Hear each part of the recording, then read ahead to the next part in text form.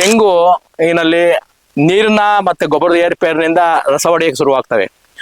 ಯಾವುದೇ ಒಂದು ತೆಂಗಿನ ಗಿಡ ರಸ ಹೊಡೆಯೋದಕ್ಕೆ ಶುರುವಾಗಬೇಕು, ಯಾವುದೇ ಒಂದು ರೋಗಕ್ಕೆ ಗುರಿ ಆಗ್ಬೇಕು ಅಂತಂದ್ರೆ ಅದು 2 ವರ್ಷ ಮುಂಚೆನೆ ಅದಕ್ಕೆ ಗೊತ್ತಾಗಿ ಅದಕ್ಕೆ ರೋಗಕ್ಕೆ ಗುರಿಯಾಗಿರುತ್ತೆ.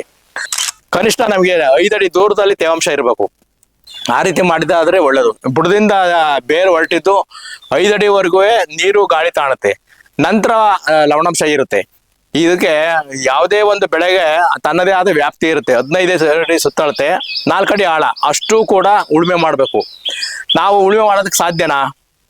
ಅದೇ ನಾವು ಎರೆಹುಳು ಇದೆ, ನೀವು ಎಲ್ಲಿವರೆಗೂ ತೇವಾಂಶ ಇರುತ್ತೋ ಅಲ್ಲಿವರೆಗೂ ಅದು ಸುರಂಗ ಮಾಡ್ಕೊಂಡು ಹೋಗುತ್ತೆ. ಮೇಲ್ಭಾಗಕ್ಕೆ ಬಂದು ರಾತ್ರಿ ಹೊತ್ತು ಸಸ್ಯ ತ್ಯಾಜ್ಯ ತಿಂದು ಮತ್ತೆ ಸ್ವಸ್ಥಾನಕ್ಕೆ ಹೊರಟೋಗುತ್ತೆ.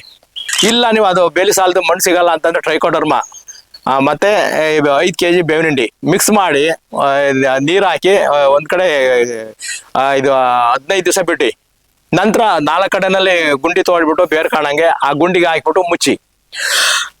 ನಿಮಗೆ ಹೊಸದಾಗಿ ಬರೋ ಒಂಬಾಳೆನಲ್ಲಿ ಹರಳು ಜಾಸ್ತಿ ಕಚ್ಚುತ್ತೆ, ಗಾತ್ರ ಜಾಸ್ತಿ ಬರುತ್ತೆ, ಮತ್ತೆ ತೆಂಗಿನ ಗರಿನೂ ಉದ್ದ ಆಗುತ್ತೆ.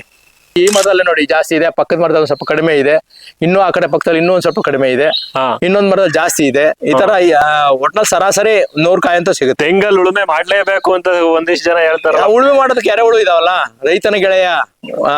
ಈಗ ನೀವು ಏನು ಎಷ್ಟೇ 45 HP ಟ್ರ್ಯಾಕ್ಟರ್ ತಗೊಂಡು ಉಳುಮೆ ಮಾಡಿರೋ 1 ಅಡಿ ಮಾಡ್ತೀರಾ, ಇಲ್ಲ ಒಂದು ಕಾಲ್ ಅಡಿ ಮಾಡ್ಬೋದು ಅಷ್ಟೇ. ಅದಕ್ಕೆ ಏನ್ ಮಾಡಕ್ಕಲ್ಲ. ಆದ್ರೆ ಎರೆಹುಳು ಇತ್ತು ಅಂತಂದ್ರೆ ನಿಮ್ಗೆ ಎಷ್ಟಲ್ಲಿವರೆಗೂ ತೇವಾಂಶ ಇರುತ್ತೆ ಅಲ್ಲಿವರೆಗೂ ಸುರಂಗ ತೋಡ್ಕೊಂಡು ಹೋಗ್ತಾನೆ ಇರುತ್ತೆ. ನೀವು ನೀರು ಉಳಿಸಿ, ನಿಮ್ ಮುಂದಿನ ಪೀಳಿಗೆ ಬಿಟ್ಟು ಹೋಗ್ಬೇಕಾಗಿರೋದು ನೀರು, ಗಾಳಿ, ಮಣ್ಣು. ಇವನ್ನ ಆರೋಗ್ಯವಾಗಿ ಸ್ಥಿತಿನಲ್ಲಿ ನೀವು ಬಿಟ್ಟೋಗಿದ್ದೆ ಆದ್ರೆ ಮುಂದಿನ ಪೀಳಿಗೆ ದೊಡ್ಡ ಕೊಡುಗೆ ಕೊಟ್ಟಂಗೆ. ಇವತ್ತು ಎಲ್ಲವನ್ನು ಹಾಳು ಮಾಡ್ತಿದೀವಿ. ನೀರು ಇತ್ತ ಕೂಡಿದ್ದೆ ಸ್ಟಾರ್ಟ್ ಮಾಡ್ಬಿಟ್ಟು ಆಟೋ ಸ್ಟಾರ್ಟ್ ಹಾಕಿರ್ತಾರೆ, ಸ್ಟಾರ್ಟ್ ಮಾಡ್ಬಿಟ್ಟು ಹೋಗಿ ಊರ್ ಮುಂದೆ ಪೆಟ್ಟಿಗೆ ಹಿಡಿತಾವ, ಬಿಡಿಸಿ ಎತ್ಕೊಂಡು ಕೂತ್ಕೊಂತಾರೆ. ಬೇರಿಗೆ ಔಷಧಿ ಕಾಯಿಗಳು 1000 ಕಾಯಿಗೆ 182.5 kg ಈ ಸರಿ ತೂಕ ಬಂದಿದೆ. ಇಷ್ಟು ತೂಕ ನೀವು ಉಳುಮೆ ಮಾಡೋಂಥ ತೋಟಗಳಲ್ಲಿ ಎಲ್ಲೂ ಬರೋದಿಲ್ಲ. ನನಗೆ ನನ್ನ ತೋಟ ಚೆನ್ನಾಗಿದೆ ಅಂತ ಅನ್ನೋದಕ್ಕೆ ನಾನು ಯಾರ ತೋಟನೂ ನೋಡಕ್ ಹೋಗೋದಿಲ್ಲ. ಅಲ್ಲಿಂದ ಮನೆಯಿಂದ ಹೊರಟ ಸೀದಾ ತೋಟದಿಂದ ಸೀದಾ ಹೋದ್ರೆ ಮನೆ. ಅದರಿಂದ ಸುತ್ತ ತೇಗ, ಸಿಲ್ವರು ಎಲ್ಲಾ ತರದ ಗಿಡನೂ ಹಾಕಿದ್ದೀನಿ. ಮತ್ತೆ ಬಹುಬೆಳೆ ಪ್ರಯೋಗ ಇದೆ. ನಮ್ಮ ಸೂರ್ಯನ ಶಾಖ ಭೂಮಿ ಮೇಲೆ ಬೀಳೋದೇ ಕಷ್ಟ. ಏನು ಭೂಮಿ ಮ್ಯಾಕೆ ಒಂದು 20% ಬೀಳ್ಬೋದು ಅಷ್ಟೇ. ಇನ್ನು ಉಳಿದಂತೆ ಎಲ್ಲ ಬೆಳೆಗಳ ಮೇಲೆ ಬೀಳುತ್ತೆ. ಆ ಬೆಳೆಗಳು ನಿರಂತರವಾಗಿ ಭೂಮಿಯ ತೇವಾಂಶ, ಉಳುಮೆ ತೇವಾಂಶ ಇರೋದ್ರಿಂದವ ಅವು ಚಟುವಟಿಕೆ ಆಗಿದ್ದಾವೆ. ಅದರಿಂದ ಯಾವುದೇ ಬೆಳೆಗೆ ಯಾವುದೇ ರೋಗ ಬಂದಿಲ್ಲ. ಅರಿಶಿನ ಇರ್ಬೋದು, ಶುಂಠಿ ಇರ್ಬೋದು, ಬಾಳೆ ಇರ್ಬೋದು, ತೆಂಗಿರ್ಬೋದು, ಅಡಿಕೆ ಇರ್ಬೋದು, ಯಾವ ಬೆಳೆಗೂ ಕೂಡ ರೋಗ ಇಲ್ಲ. ಇಲ್ಲಿ ಕೃಷಿ ಕಾಲೇಜಿಂದ ಮಕ್ಳು ಬರ್ತಾರೆ, ಸರ್ ಏನ್ ನಿಮ್ ತೋಟದಲ್ಲಿ ಒಂದು ರೋಗ ಇಲ್ವಲ್ಲ, ಏನ್ ಕಾರಣ ಅಂತ ಅಂತಾರೆ. ಕೃಷಿಯಲ್ಲಿ ಲಾಭನೇ ಮಾಡಬೇಕು, ನಷ್ಟವನ್ನೇ ಅನುಭವಿಸಬಾರದು ಅಂತಕ್ಕಂತ ಒಂದು ಮಟ್ಟಕ್ಕೆ ಈ ಒಂದು ತಲೆಯಲ್ಲಿ ತುಂಬಿಕೊಂಡಿದ್ದಾರೆ ಸಾಕಷ್ಟು ಜನ. ಕೃಷಿ ಒಂದು ವ್ಯವಸ್ಥೆ. ಈ ಒಂದು ವ್ಯವಸ್ಥೆಯನ್ನ ನೈಜ ಕೃಷಿಕರಿಂದ ಕಲಿಯೋದಿಕ್ಕೆ ಸಾಧ್ಯ. ಆ ಒಂದು ನೈಜ ಕೃಷಿಕರಿಂದ ಒಂದು ಪ್ರವಾಸದೊಟ್ಟಿಗೆ ನೀವು ಕಲಿಬೇಕು ಅಂತಂದ್ರೆ ಕೃಷಿ ಪ್ರವಾಸೋದ್ಯಮ ಈ ಒಂದು ವಿಚಾರದ ಅಡಿಯಲ್ಲಿ ಸ್ಥಾಪನೆ ಆಗಿರ್ತಕ್ಕಂಥ ಕಂಪನಿ ಅಗ್ರಿಯಾನ. ಕರ್ನಾಟಕದ ಮೊದಲನೇ ಕಂಪನಿ, ದೇಶದ 2ನೇ ಕಂಪನಿ ಅಂದ್ರೂ ಏನು ತಪ್ಪಾಗಲ್ಲ.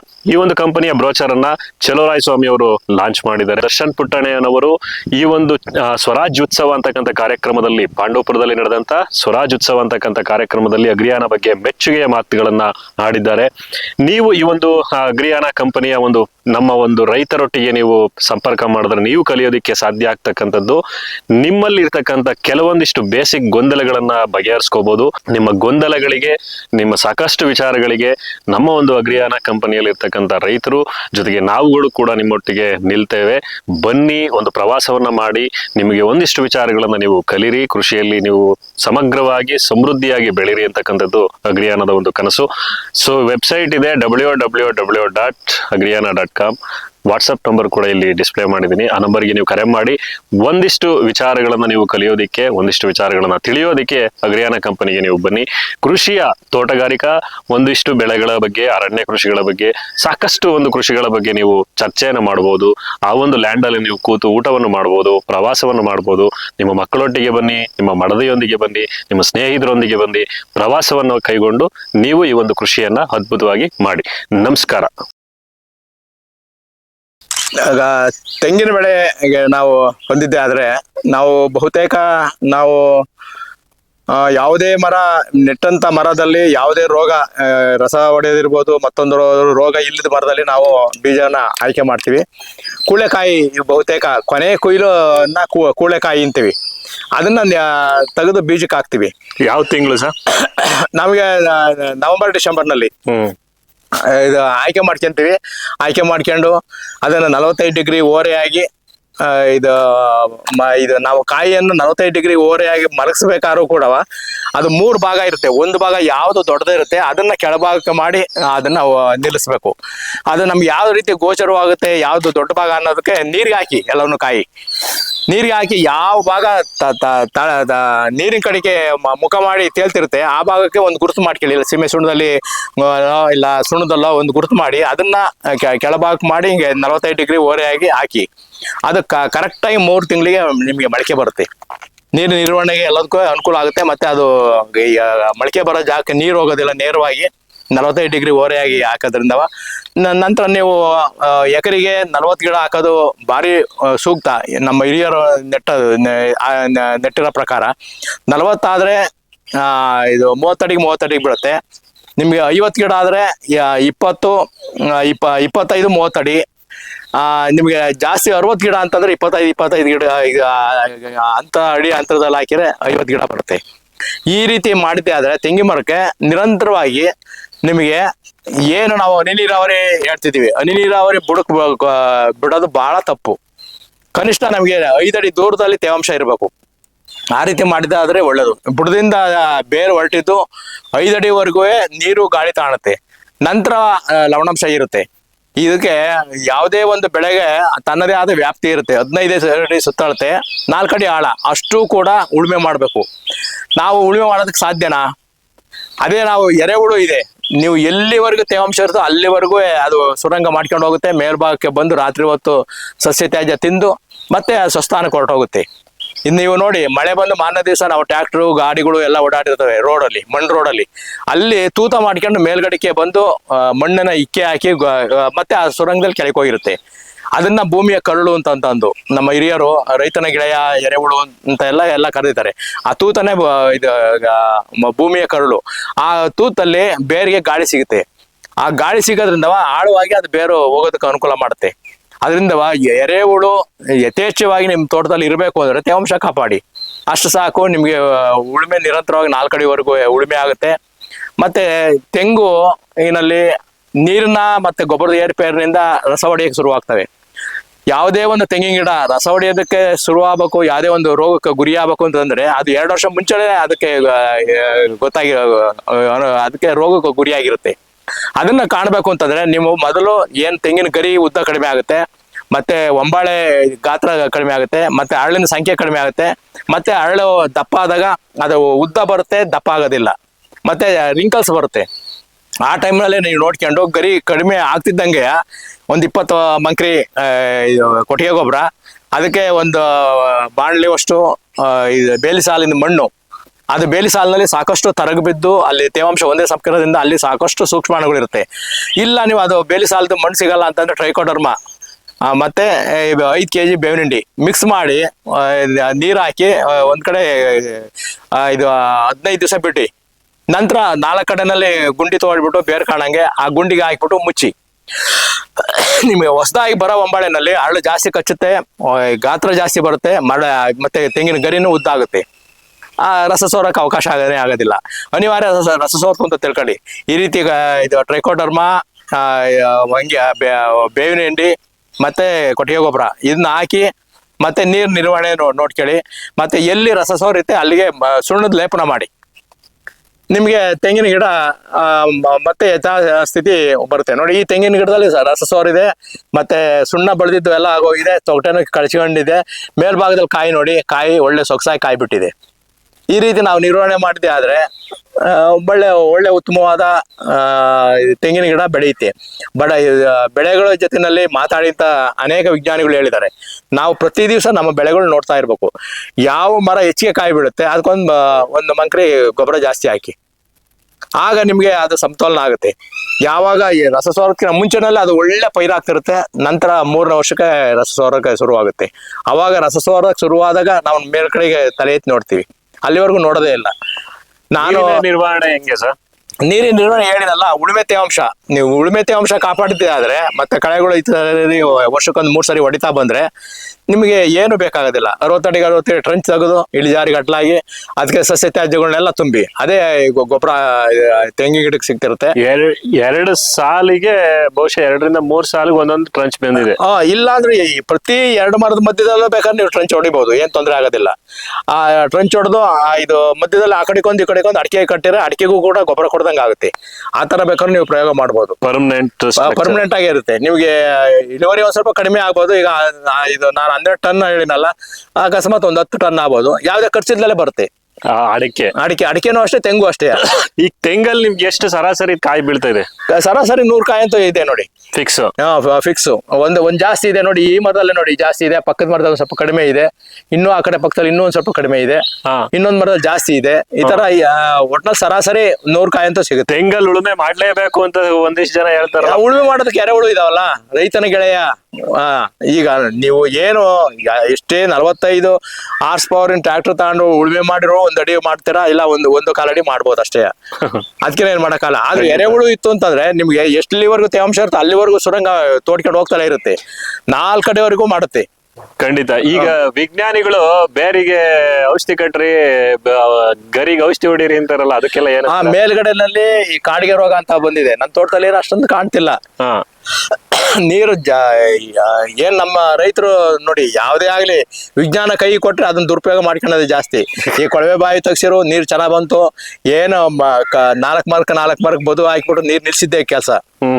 ನೀರ್ ನಿಲ್ಲಿಸಿದಾಗ ಏನಾಗುತ್ತೆ, ಎರೆಹುಳು ಬೇರೆ ಕಡೆಗೆ ಹೋಗ್ತವೆ, ಅಲ್ಲಿರೋ ಸೂಕ್ಷ್ಮಾಣುಗಳು ಸತ್ತೋಗ್ತವೆ, ಮತ್ತೆ ಮಣ್ಣಿನ ಕಣಗಳು ಒತ್ತಾಗಿ ಸೇರುತ್ತೆ, ಗಟ್ಟಿ ಆಗುತ್ತೆ, ಬೇರೆಗೆ ಗಾಳಿ ಸಿಗೋದಿಲ್ಲ. ಆಗ ತೆಂಗಿನ ಗಿಡ ಇರ್ಬೋದು, ಅಡಿಕೆ ಗಿಡ ಇರ್ಬೋದು, ನೀವು ನೆಟ್ಟಂತ ಬೆಳೆಗಳು ಸೊರಗ್ತವೆ. ಈ ನಿಟ್ಟಿನಲ್ಲಿ ನಾವು ಚಿಂತೆ ಮಾಡೋದಕ್ಕಿಂತ ಅದೇ ನೀವು ನೀರು ಉಳಿಸಿ, ನಿಮ್ ಮುಂದಿನ ಪೀಳಿಗೆ ಬಿಟ್ಟು ಹೋಗ್ಬೇಕಾಗಿರೋದು ನೀರು, ಗಾಳಿ, ಮಣ್ಣು. ಇವನ್ನ ಆರೋಗ್ಯವಾಗಿ ಸ್ಥಿತಿನಲ್ಲಿ ನೀವು ಬಿಟ್ಟೋಗಿದ್ದೆ ಆದ್ರೆ ಮುಂದಿನ ಪೀಳಿಗೆ ದೊಡ್ಡ ಕೊಡುಗೆ ಕೊಟ್ಟಂಗೆ. ಇವತ್ತು ಎಲ್ಲವನ್ನು ಹಾಳು ಮಾಡ್ತಿದೀವಿ. ನೀರು ಇತ್ತಾ ಕೂಡಿದ್ದೆ ಸ್ಟಾರ್ಟ್ ಮಾಡ್ಬಿಟ್ಟು ಆಟೋ ಸ್ಟಾರ್ಟ್ ಹಾಕಿರ್ತಾರೆ, ಸ್ಟಾರ್ಟ್ ಮಾಡ್ಬಿಟ್ಟು ಹೋಗಿ ಊರ್ ಮುಂದೆ ಪೆಟ್ಟಿಗೆ ಹಿಡಿತಾವ, ಬೀಡಿಸಿ ಎತ್ಕೊಂಡು ಕೂತ್ಕೊಂತಾರೆ. ಬೇರಿಗೆ ಔಷಧಿ ಕಟ್ಟ ವಿಚಾರದ ಏನಂತೀರ ನಿಮ್ಮ ಅನುಭವ? ಅಲ್ಲ, ಈಗ ಬಹುತೇಕ ಈಗ ನೋಡಿ ಆಯುರ್ವೇದಿಕ್ ಮೆಡಿಸಿನ್ಗಳಲ್ಲೂ ಕೂಡ ಏನು ಅಲೋಪತಿ ಇದನ್ನೆಲ್ಲ ಮಿಕ್ಸ್ ಮಾಡ್ತಾ ಇದಾರೆ ಅಂತ ಏನೇನೋ ಹೇಳ್ತಿದಾರೆ. ಅದ್ರ ಬಗ್ಗೆ ನಾನು ಏನು ಹೇಳಕ್ ಆಗಲ್ಲ. ಈಗ ನಮ್ಗೇನು ರೈತರಿಗೆ ಆಸ್ಪತ್ರೆಗೆ ಹೋಗಿ ಇಂಜೆಕ್ಷನ್ ತಗೊಂಡಿಟ್ಟಿಗೆ ಅವ್ನಿಗೆ ಜ್ವರ ಬಿಟ್ಟು ಹೋಗ್ಬಿಡ್ಬೇಕು, ಅವ್ರು ಒಳ್ಳೆ ಡಾಕ್ಟ್ರು. ಖಂಡಿತ. ಅದೇ ನಮಗೆ ಜಾಸ್ತಿ ಕೆಲಸ ಮಾಡಿರ್ತೀವಿ, ಅದಕ್ಕೆ ಜ್ವರ ಬಂದಿದಾವೆ, 1-2 ದಿವಸ ಬಿಡೋಣ, ರೆಸ್ಟ್ ತಗೋಣ, ಶರೀರಕ್ಕೆ ಒಂದಿಷ್ಟು ಕೆಲಸ ಕಡಿಮೆ ಮಾಡಿ ಹೋಗುತ್ತೆ ಅನ್ನೋ ಈ ಜ್ಞಾನನೇ ಇರೋದಿಲ್ಲ. ಕನಿಷ್ಠ ಒಂದ್ಸರಿ ಜ್ವರ ಬಂದ್ರೆ 24 ಗಂಟೆ ನಾವು ಕಾಯ್ಬೇಕು.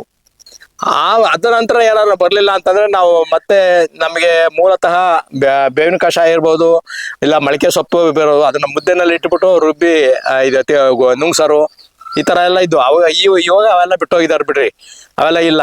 ಆಮೇಲೆ ಬೇಕಾದ್ರೆ ನೀವು ವೈದ್ಯರ ಹತ್ರ ಹೋಗ್ರಿ, ಇಲ್ಲ ನೀವು ಅಲೋಪತಿಗೆ ಹೋಗ್ತಿರೋ, ಹೋಮಿಯೋಪತಿಗೆ ಹೋಗ್ತಿರೋ, ಅದು ನಿಮಗೆ ಬಿಟ್ಟಿದ್ದು. ಮನೆ ಮದ್ದನ್ನು ಯೂಸ್ ಮಾಡಿ, ಮನೆ ಮದ್ದು ಮೊದ್ಲು ಉಪಯೋಗಿಸಿ ಕಷಾಯಗಳು ಕುಡೀರಿ. ಇದು ನಿಮ್ಗೆ ಮೈ ನೋವು ಜಾಸ್ತಿ ಆಗಿರುತ್ತೆ, ಅದು ಹೋಗುತ್ತೆ, ಸ್ನಾನ ಮಾಡಿ.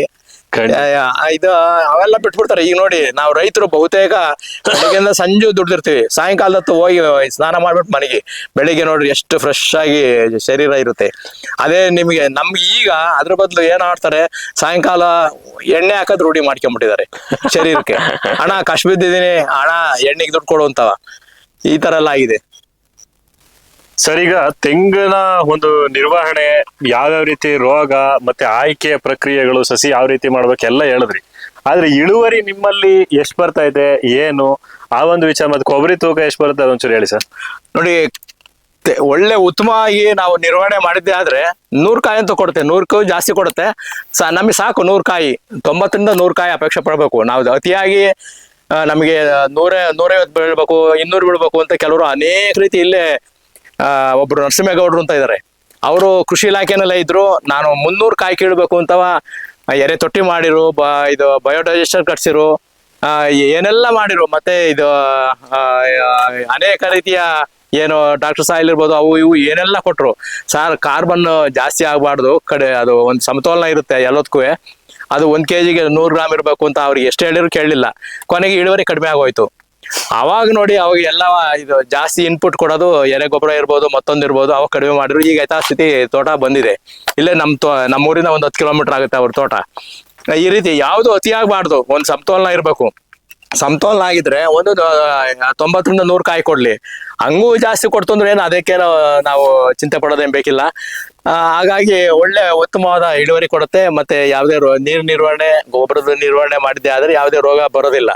ನೋಡಿ ಈ ಕಾಯಿಗಳು 1,000 ಕಾಯಿಗೆ 182 kg ಈ ಸರಿ ತೂಕ ಬಂದಿದೆ. ಇಷ್ಟು ತೂಕ ನೀವು ಉಳುಮೆ ಮಾಡೋಂಥ ತೋಟಗಳಲ್ಲಿ ಎಲ್ಲೂ ಬರೋದಿಲ್ಲ. ನನಗೆ ನನ್ನ ತೋಟ ಚೆನ್ನಾಗಿದೆ ಅಂತ ಅನ್ನೋದಕ್ಕೆ ನಾನು ಯಾರ ತೋಟನೂ ನೋಡಕ್ ಹೋಗೋದಿಲ್ಲ. ಅಲ್ಲಿಂದ ಮನೆಯಿಂದ ಹೊರಟ ಸೀದಾ ತೋಟದಿಂದ ಸೀದಾ ಹೋದ್ರೆ ಮನೆ. ಇಷ್ಟೇ ನನ್ನ ಕರ್ತವ್ಯ. ನಾನು ಬಂದು ಕೆಲಸ ಮಾಡೋದೊಂದು ಬಿಟ್ರೆ ಇನ್ನೇನು ಇಲ್ಲ.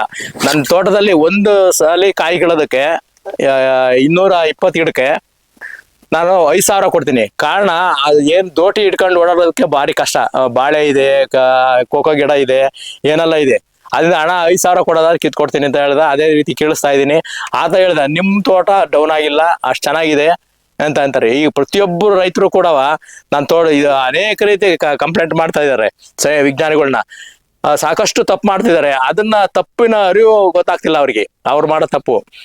ನೀರ್ ಜಾಸ್ತಿ ಕಟ್ತಿದ್ದಾರೆ. ಈಗ 3 ವರ್ಷದಲ್ಲಿ ಕೊಳವೆ ಬಾವಿಗಳೆಲ್ಲ ಉಕ್ಕಿ ಹರಿದ್ಬಿಟ್ಟು ಅವಾಗ ನೀರ್ ಜಾಸ್ತಿ ಆಗಿ ಎರೆಹುಳು ಬೇರೆ ಕಡೆ ಮೇಲ್ಭಾಗಕ್ಕೆ ಬಂದು ಮತ್ತೆ ಬ್ಯಾಕ್ಟೀರಿಯಾಗಳು ಸತ್ತೋದು, ಇವೆಲ್ಲ ಅನೇಕ ಪ್ರಕೃತಿಯ ಒಂದು ಇದರಿಂದ ವಿಕೋಪದಿಂದ ನಮಗೆ ಇಳುವರಿ ಕಡಿಮೆ ಆಗಿದೆ ಹೊರತು ಅದು ಯಾವುದೇ ರೀತಿಯ ನಮ್ಮ ಅನೇಕ ಕೆಲವು ತಪ್ಪುಗಳನ್ನು ಕೂಡ ಅವು ನಿಭಾಯಿಸ್ಕೊಂಡು ಹೋಗ್ತವೆ.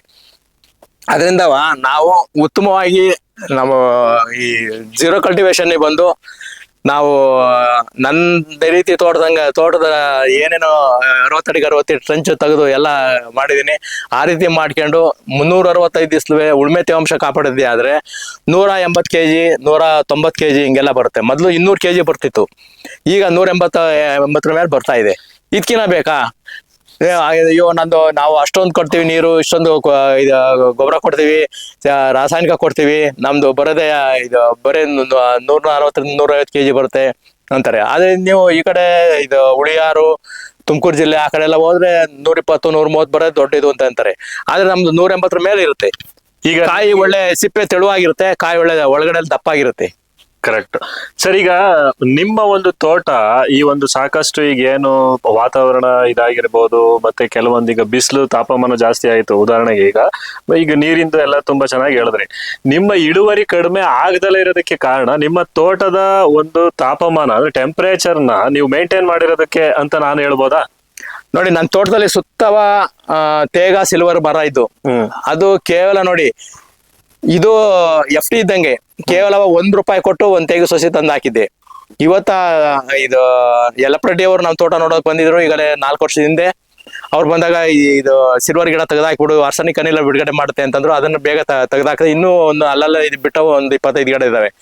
ತೇಗನು ಕೂಡ ಜಾಸ್ತಿ ತೋಟಕ್ಕೆ ಬೆಂಕಿ ಬಿದ್ದಿತ್ತು. ಆದ್ರಿಂದ ತೇಗದ ಮರಗಳನ್ನ ಖಾಲಿ ಮಾಡಿದೀನಿ. ಈಗ ಒಂದು ನಮ್ಮ ಮನೆ ಬಳಕೆಗೆ ಬೇಕು ಅಂತ ಒಂದು 5 ಗಿಡ ಬಿಟ್ಟಿದ್ದೀನಿ. ಅವು ಕನಿಷ್ಠ ಅಂತಂದ್ರೆ ಸುತ್ತಳತೆ ಒಂದು 10-12 ಅಡಿ ಇದೆ, ಉದ್ದ ಮೇಲ್ಭಾಗಕ್ಕೆ 40 ಅಡಿ ಇದೆ. ಅಂತ ಮರಗಳು ಬೆಳೆದಿದ್ದಾವೆ. ಮಲೆನಾಡಲ್ಲಿ ಬೆಳೆದಂಗೆ ಬೆಳೆದಿದ್ದಾವೆ ಅಂತ ಅಂತಾರೆ ಬಂದು ತೋಟ ನೋಡಕ್ ಬಂದರು.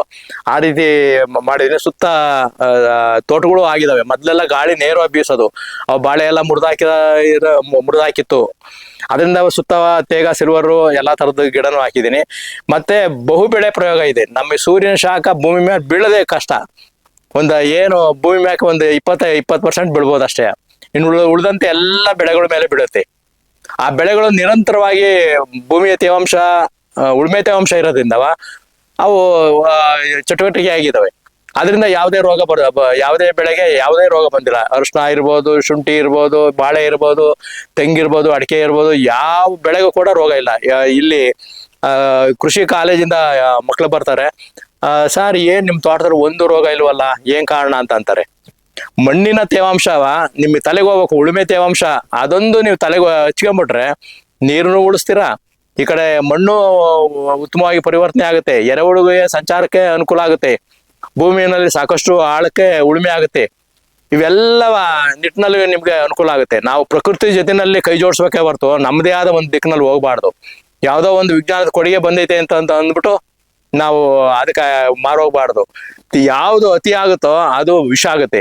ನೋಡಿ, ಮಲೆನಾಡಲ್ಲಿ ಮಳೆಗಾಲದಲ್ಲಿ ನೀರು ವಿಷ, ಬೇಸಿಗೆನಲ್ಲಿ ಅಮೃತ. ಅವ್ರಿಗೆ ಗುಡುಗ್ ನೀರು ಕೊಡ್ತಾರೆ. ಅವ್ರು ಯಾವ್ದೋ ಒಂದು ಕೆರೆ ಮಾಡ್ಕೊಂಡಿರ್ತಾರೆ, ಕಟ್ಟೆ ಮಾಡ್ಕೊಂಡಿರ್ತಾರೆ. ಆ ನೀರು ಇನ್ನ ಮಳೆಗಾಲ ಬರೋವರೆಗೂ, ಏಪ್ರಿಲ್ ತಿಂಗಳು ಬರೋವರೆಗೂ ಹಂತವಾಗಿ ನೀರು ಕೊಡ್ತಾರೆ. ಈ ರೀತಿ ನೀರು ಹೆಚ್ಚಾದಷ್ಟು ವಿಷಾನೇ ಹೊರತು ಅದು ಅಮೃತ ಆಗಲ್ಲ. ಕರೆಕ್ಟ್. ಈ ನೀರು ಮತ್ತೆ ವಾತಾವರಣ ಇದನ್ನ ಸಮತೋಲನವಾಗಿ ಇಟ್ಕೊಂಡ್ರೆ ರೋಗನೂ ಬರೋದಿಲ್ಲ, ಮತ್ತೆ ಇಳುವರಿನೂ ಚೆನ್ನಾಗಿ ಬರುತ್ತೆ, ಆರೋಗ್ಯವಾಗಿ ಇರ್ತೇವೆ ಅನ್ನೋದು ನಿಮ್ಮ ಅಭಿಪ್ರಾಯ. ಹೌದು sir. Okay sir, thank you.